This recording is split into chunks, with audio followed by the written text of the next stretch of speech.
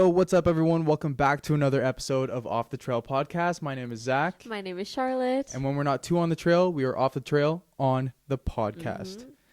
This is the third time. I was going to say this is going to be a really good episode because we recorded it twice already and had technical difficulties both times that we only realized after the fact. Yep. So third time's a charm. Yeah. Without further ado, if you guys haven't watched the last episode, make sure to go check that out. We talked about the craziest things we have ever done while we were traveling. They were some really, really cool things. But we forgot probably one of the craziest. We did. When we had this idea, we came up with the list and then we told our friends and family what we were going to do. Mm-hmm. And we said, guess the crazy things. And they pretty much all of them literally everyone guessed swimming in the Amazon River. Mm-hmm. I can't believe we didn't include that. No, but it just felt like it was something that we did. And in the moment it was crazy and it was so fun and all the locals were doing it. So we got when we were living and working in the Amazon, we got driven up the river, got dropped off, and then we tubed down the river and then they picked us up. So we didn't just go quickly jump into the river. We were swimming, tubing down it for probably about 2 hours. We stopped on this little sandbank and we did all these, but yeah, definitely should have made the episode. Yeah. But today we're going to talk about the coolest hikes we have ever done, because we mentioned in the last episode hiking up a volcano. That's an honorable mention for today. Mm-hmm. It's not one of the coolest. It was amazing. It was fun. Don't get me wrong. And it was cool. Mm-hmm. But I think we came up with 1, 2, 3, 6. Yeah. Coolest hikes we've ever done. Our top hikes, or just kind of the coolest ones that we'd like to share with you guys and recommend that you do and that you go get outside. Even if you aren't close to any of these hikes, there is a hike nearby that you can do. Not a walk around the block. There is a hike in the forest that you can go and you can experience some great stuff. Yeah. So, well, I just want to mention really quick that even when we were in Toronto, this city of Toronto, we drove half an hour away from the city and we ended up encountering a black bear. So I know that there are some hikes no matter where you are. Mm-hmm. But yeah, so the first coolest hike was actually probably our first actual hike. Yeah. And it was Fancy Pan. No, not Fancy Pants. Fancy Pan Mountain in Vietnam. Yeah, it's the tallest mountain in Indochina. So that's Thailand, Vietnam, Cambodia, and Laos. So those 4 countries. And it is a beautiful hike. It's a very popular hike. It's in Sapa, which is northern Vietnam. And that was our favorite part of Vietnam as well, was the north and just everything about it, all the mountains, all the trees, whatever. And we decided to do this hike. It is a 2-day hike, but we fit it all into 1 day. Yeah. So we did do it with a guide. We talked about this in the last episode or a couple episodes ago as well, that you don't need to do it with a guide. You definitely can do it on your own. But up until this point, we had only ever done what would you say, non-labeled hikes, or not actually certified hikes. You couldn't look on a map and see it. Yeah, in Thailand, we did a lot of hikes through the forest where we walked uphill and saw a great viewpoint, but nothing that was too crazy compared to this. So it was a 12-hour day, I think. We started at 6 a.m. and made our way up. We did get lunch halfway up, which was nice that you get that with the tour guide as well, that he made us sandwiches and everything, kind of refueled us for the second half. And when you got to the top, it was actually a temple at the top. So once you reached the top, there were stairs. All of a sudden you left the jungle and there was a big Buddha statue, which was really cool to see that at the top, except for the fact that it was super cloudy. So it was an amazing hike the whole way up. You're in the rainforest and it's just so tropical.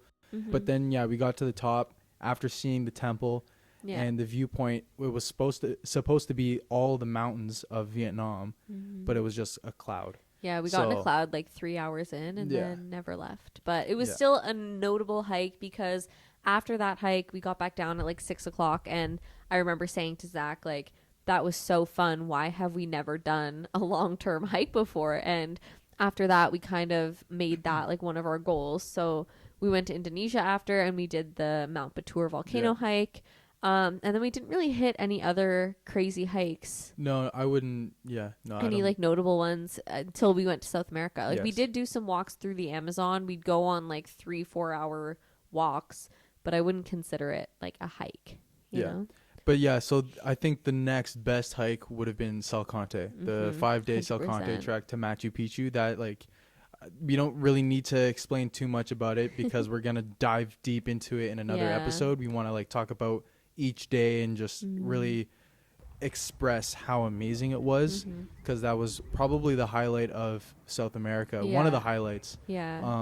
But yeah, no, the 5-day Salcante trek was amazing. Yeah, and 75 kilometers in the first 4 days, and then the last day was just 2,000, 3,000 steps up Straight to up. Machu Picchu. And these steps are twice the size of normal steps Inca because steps. they're Inca steps. So yeah, Salcante trek. Stay tuned for that episode. We're gonna dive deep into that. I think the coolest part of the Salcante trek, though, just to like kind of quickly talk about it, we definitely want to do more in depth, but in those like 5 days, even just in the first 4 days, we saw so many different landscapes and so many different things. Like we started off and it was raining and it was cold and we were in our raincoats and we walked up to this like snowy lagoon, beautiful landscape. We camped for the night, continued on the next day. We were in our puffer jackets. We were up so high. We summited the Salcante mountain and it was so cold.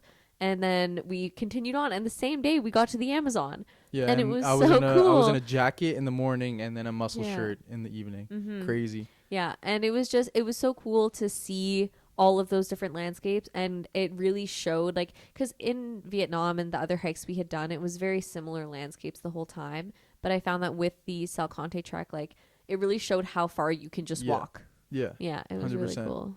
And then after that, we did Rainbow Mountain. And this one was probably the most unique hike I've ever done in my entire life. Because if you don't know what Rainbow Mountain is, I'll throw up a picture. But it's insane. It's like out of this world. And it was actually a very difficult hike. But not because it was long or because it was high up in... No, it was high up in elevation. But it wasn't like a steep hike. It was just so high up in elevation that it made it so hard to breathe. And I think it was like 5 kilometers, 6 kilometer hike. And it was still so hard. Yeah. But, you know, we ended up doing it with some friends that we met in the Salcante trek. And we split a taxi or an Uber or whatever from the city of Cusco. And we took it all the way to Rainbow Mountain. And we went in the afternoon, which we recommend because in the morning is when most tour groups and most people go. So it's super busy in the morning. But then in the afternoon... It dies down, and I'm so glad that we did that because when we got to the top, it was just us and a few other people and some alpacas wearing sunglasses. Yeah, so literally. And it's amazing. It's so beautiful. You think all the pictures are like oversaturated and fake, and you think there's no way a mountain can have like 5 different colors in it, but it is beautiful, and you can actually see the rainbow in it and see the blue and the purple, and like it was just so cool to see it. And then arguably Red Valley, which is on the way back, you have to pay a little extra for that. That's arguably better because it's just you feel like you're walking on Mars. It's so red and you're in the mountains and there's snow and it's crazy. It's like around the corner from the mountain. I think we literally paid, turned the corner, and we were like, you can kind of see it from the view of Rainbow Mountain.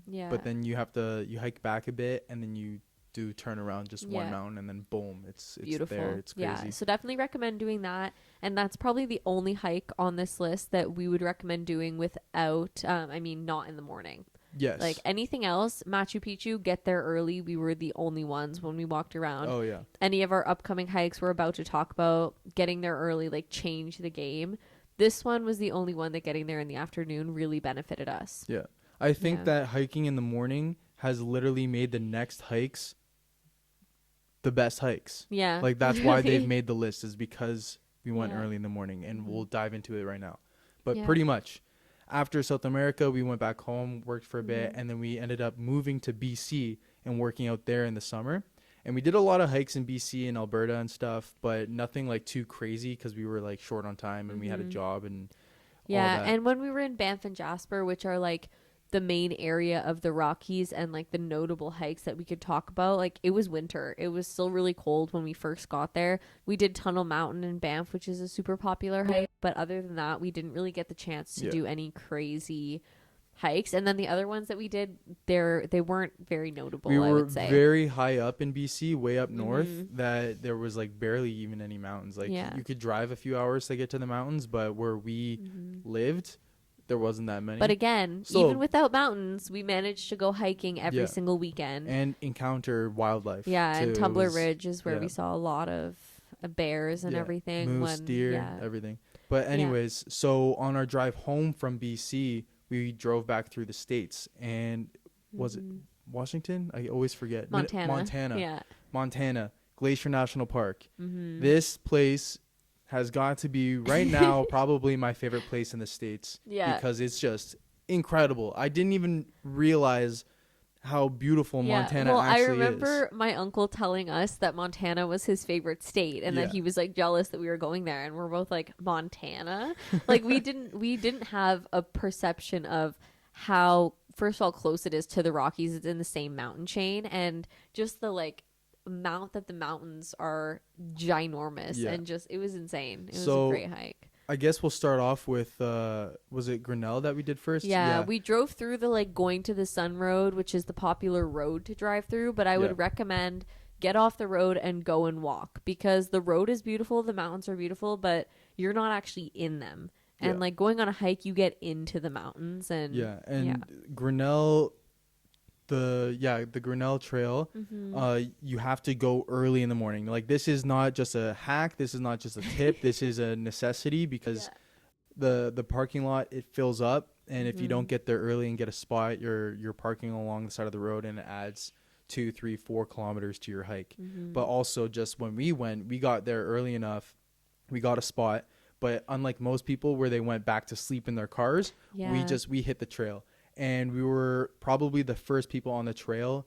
And because of that, we saw so much wildlife. Not even like, because even if we didn't see the wildlife for this hike, I still think I would have classed it as one of our best hikes that we've ever done, because it's literally the cover of Off the Trail podcast. Yeah, it's like beautiful. The whole time are crazy. You walk by like a couple different lakes, and then the whole time at one point you're just walking next to this huge mountain, and you're on this other ridge of another mountain, and you hike all the way up.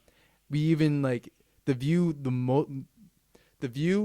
the entire hike was better than the summit of the hike. Yeah, the summit, it is a glacier, so we did go in the summer, so it might have been melted or something while we were there, just not as like prominent. But we got to the top, and it was like, is this the end? We kept kind of walking around the summit area looking for where we could continue going up, because I think we also did the hike fairly quickly. Like as we were making our way up, we passed these horses that had people on them.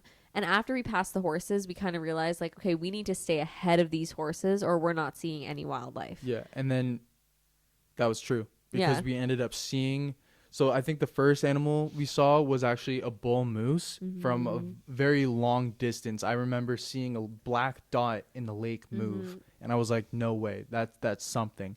So she gave me her binoculars, and I looked, and it was a friggin' bull moose on his morning stroll. It was amazing. He's like eating out of the water and everything. He was so cool. Sun's rising. That was surreal. That was, I can't explain. Really cool. And then we keep going up the trail, and we like turn the corner, and this deer comes running at us with like her baby right behind her.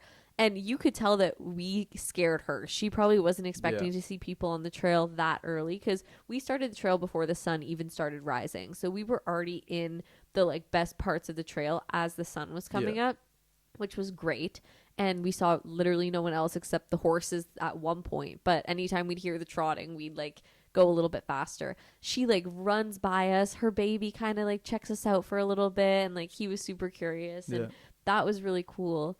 But we wouldn't have seen them had it gotten busy. And then the last type of animal that we saw on this hike was actually rams. They were horned sheep. Yeah. And I think and I don't think this is an animal that you see very commonly, especially like just on hikes, like right there in front of you. And that was as we got higher in the mountain, and we got pretty close. You know, I didn't want to get too close, obviously, but I got pretty close to be able to admire them. Yeah, and it was really cool. And that hike was just, as we were coming back down, you could see it starting to get busy, and it was only probably 8 o'clock in the morning at that point, and everyone that we're passing is like, did you guys already go to the top? Did you already go to the summit? Like, how are you already coming back down? But it's just starting early. Like, you need to start early. It's a whole other experience. When we got to the top, it was literally just us and then this other guy who we had passed at one point, and then he made it up. And we also don't hike like we're strolling, you know. We're not on a stroll. We treat it like an exercise, so we're hiking, and like we love to do a little trail jog down as well. It's just more efficient, you know? It is. You can hit more hikes in one day.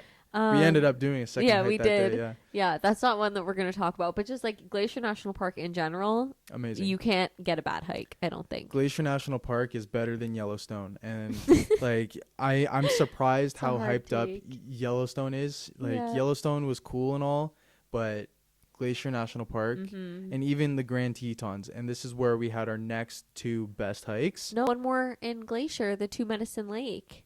That was another that really was in good Glacier. one. Yeah. Okay. So we got back to our campground that night in Glacier, and we were talking to this guy who was from Washington, and he was telling us that, oh, you guys have to go check out Two Medicine Lake if you want to see wildlife, because we were so excited we had seen a moose on the hike. And he's like, okay, go to Two Medicine Lake. So we drove out of Glacier National Park and towards Two Medicine Lake. It was about an hour away-ish, 45 minutes, and we did this hike. And it was so cool because not only was the mountain and the lake at the end beautiful, like the mountain was incredible. The lake had this like red tint because of the sand to it. It was a gorgeous ending to the hike. But we also ran into a moose on the trail. And like literally ran into it. Like had to stop. We went around the corner because we also got there very early. And we were the only people on the trail the whole time up until this point, and there was a roadblock of like 5, 6, 7 people. Why is everyone stopped here? Like, what are they all doing? And there was this moose just standing right in the middle of the trail, and we're like, okay, guys, like, go by them. We had been around so many moose that summer. There was one that worked at Zach's campground. Like, I'm assuming you'd go clean a campsite sometimes, and the moose is just there. I literally walked right by him, and he was just like, I was within 5, 6 feet of him. Yeah. And he was just chewing on a branch, and I literally walked by him. Yeah. Like, and I feel like the more that you get to know animals and stuff, like, yes, they can be unpredictable, but a lot of times they do give you these signs. And this one lady who was standing in the line is like, hey moose, like trying to get the moose to move out of the way. And the moose is kind of looking at us like, okay, guys, go by us. And we're like, why aren't you guys passing them? And they said that she had a calf that was down the ridge in the water, drinking or doing whatever. And you could just tell that she's like, has 2 feet off the trail, 2 feet on the trail, but she doesn't want to walk into all the trees because she's eating along the edge of the trail. So we kind of waited another second or so, and then we just went by her. And like, I think I think because of our like history with working with animals, we can kind of like assume and make a good guess on the animal's behavior. So like encountering all these moose during the summer, sorry, I'm buffering here. Encountering all these moose and wildlife, bears, deers during the summer of working in BC, and then also having our experience working with a bunch of different animals, just being able to read this moose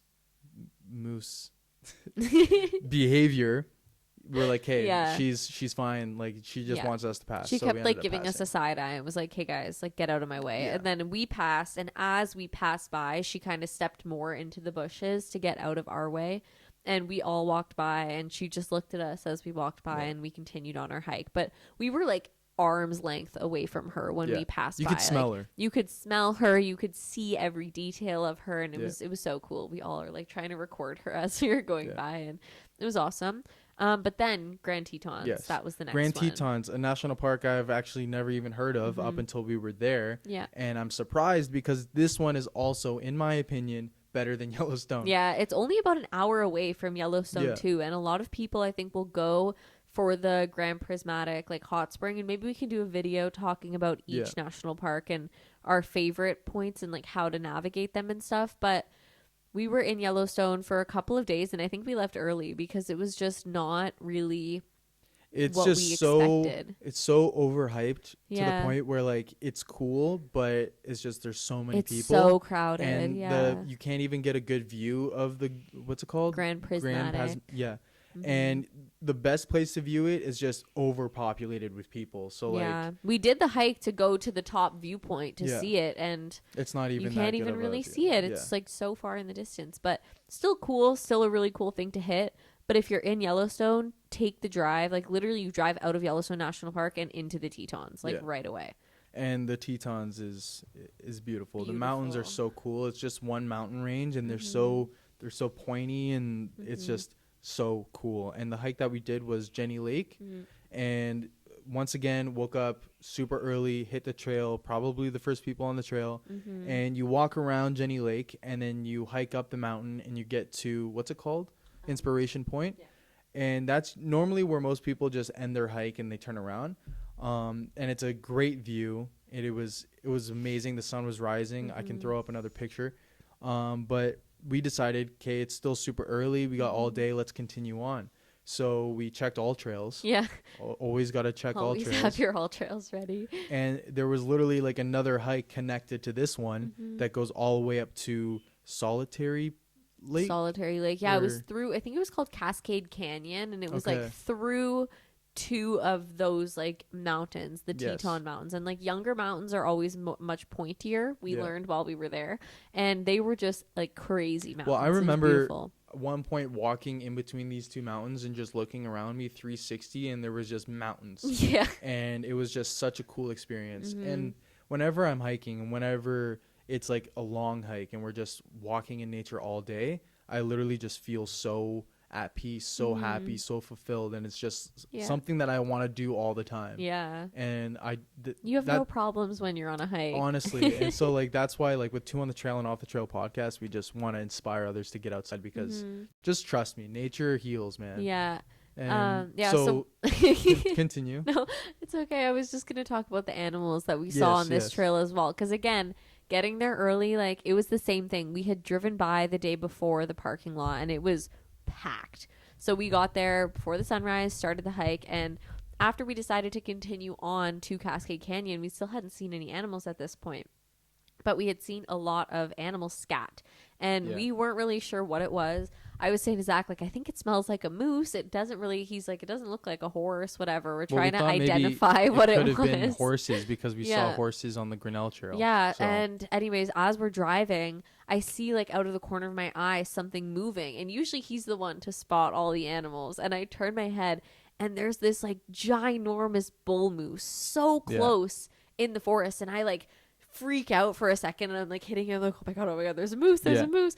And it was just so cool. He's my just heart literally away. dropped. My heart dropped because he was so close and he was so big. He was the one who was gonna have to fight it. Well, like no, there's no fighting a moose. Moose, man, like you should be more cautious with moose than black bear. Literally, so, like, especially a male moose. Like yes. And I don't know, like I think if it were a different time of year, I don't know when breeding season is for moose, but I'm gonna assume like after winter or something. If it were, I think, a different time of year, he would have been a little more territorial because I'm surprised he minded his own business and I was freaking out. Yeah. We're standing like trying to take pictures but also trying to walk away like as slowly as possible without drawing too much attention to ourselves, but it was so cool to see, and his antlers were huge. It was different. So with the female moose that we encountered, it was like get her attention, scare her off kind of thing. And then with the male moose, it was like, okay, let's just like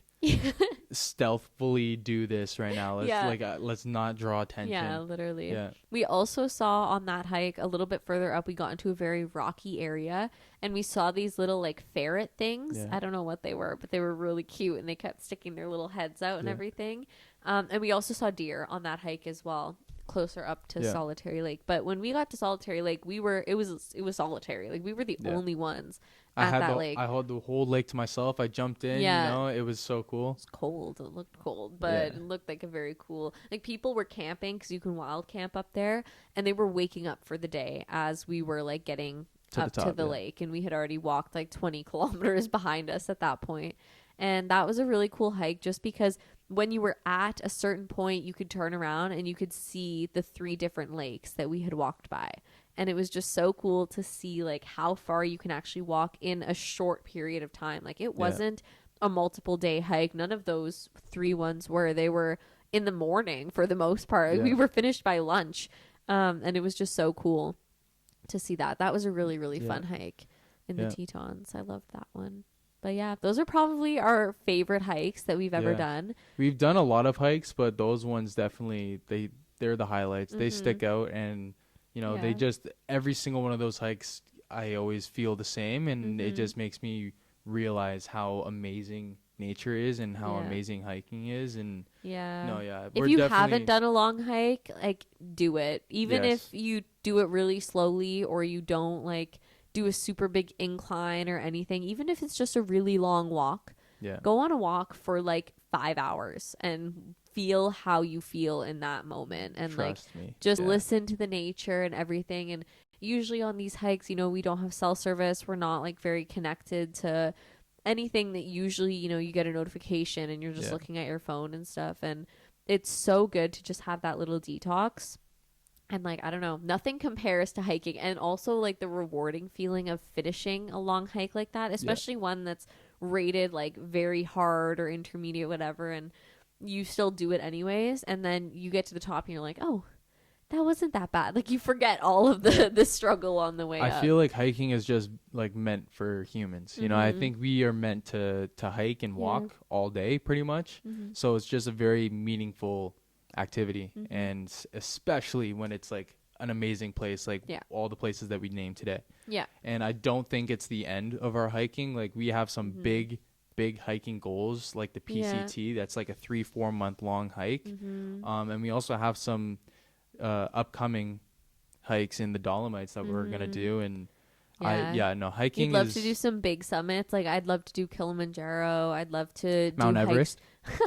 I'd love to if I had the money for that. I'd love to do some hikes like in New Zealand and everything. But that's like one other thing, just because you brought up Mount Everest, like a lot of hikes are very popular and like get very busy. And I find that the busier they get, especially like you always have that person on the trail that's like blasting music and is like making it. Put in earbuds. Put in earbuds.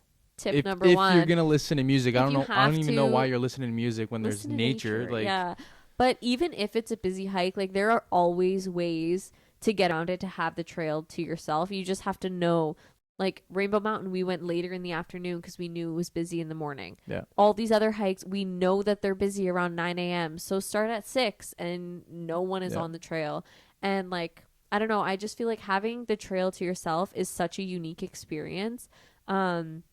And doing long-term hikes too. I would love to do some more like multiple day treks, because the first day is always the hardest, and then you get into the groove of like walking all day, and it's just so for the relaxing. PCT or the CDT, I can't wait for that experience, because it's like not only are you hiking every single day, but you're also camping every single night. And that is just so cool. And being able to hike from Mexico to Canada is just, I can't wait for that experience. So if you guys enjoyed this episode, I really hope you did, because it's the 3rd time that we recorded it. Like, comment, and share, and we will see you guys in the next one. Yeah, stay tuned. We have some good episodes coming up. 100%. Yeah. Peace out, guys. Bye.